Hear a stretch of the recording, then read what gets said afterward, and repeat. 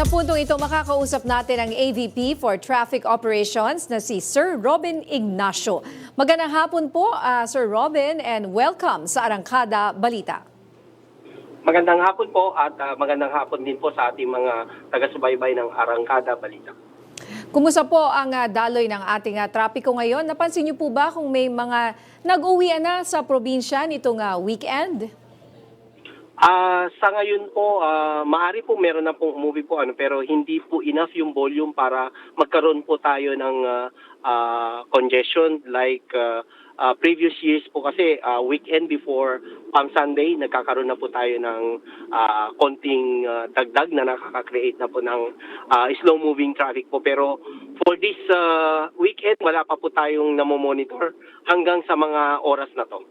Mukhang kumonte, ano? Siguro yung mga motorista natin dahil siguro sa taas ng presyo ng gasolina, ano ho? Baka may factor Tama po ito? Opo, tama po yun. Isa siguro sa mga factor o kung hindi man yun yung pinakamalaking factor po. At yun nga po, yung aming projection na nga rin po for this Holy Week, taon-taon po kasi meron po tayong ine-expect or namomonitor po namin na tumataas ng between 8 to 10% po yung traffic namin for the period ng Holy Week. Pero this year baka maaring tumaas pa rin po, pero baka na hanggang 3% na lang po yung maximum po na pagtaas mula po dun sa normal daily average natin ng volume. Opo, so ilan po ang inaasahan natin dadagsa dyan po sa expressway? So from our normal daily average po na actually medyo bumaba na po from 350,000 for NLEX and 80,000 for ECTEX. Maaari madagdagan ng 3%, so that's only mga more than 10,000 po. So maaaring 350 to 360,000 na lang po for NLEX.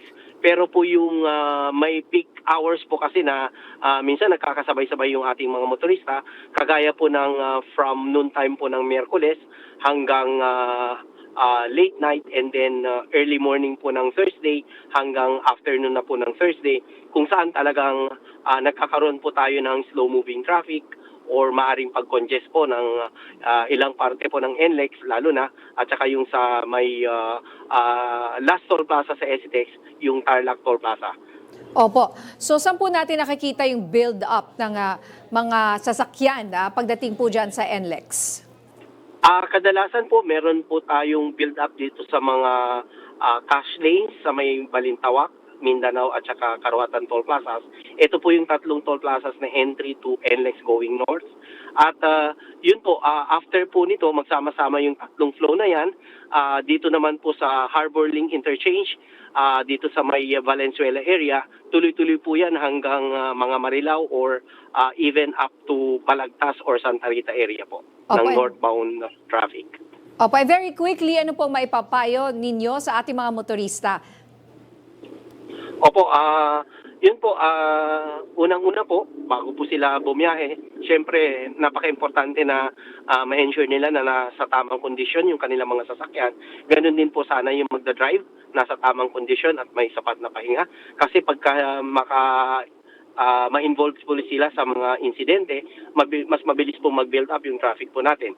At ganun din po sana yung mga wala pa pong RFID, kung pwede na pong magpakabit. At yun po, pag may RFID na, i-ensure lang na may sapat na balance para mas mabilis pa rin po yung pagdaloy ng traffic natin dito sa mga toll lanes na dedicated for RFID. Okay, maraming salamat, Robin Ignacio.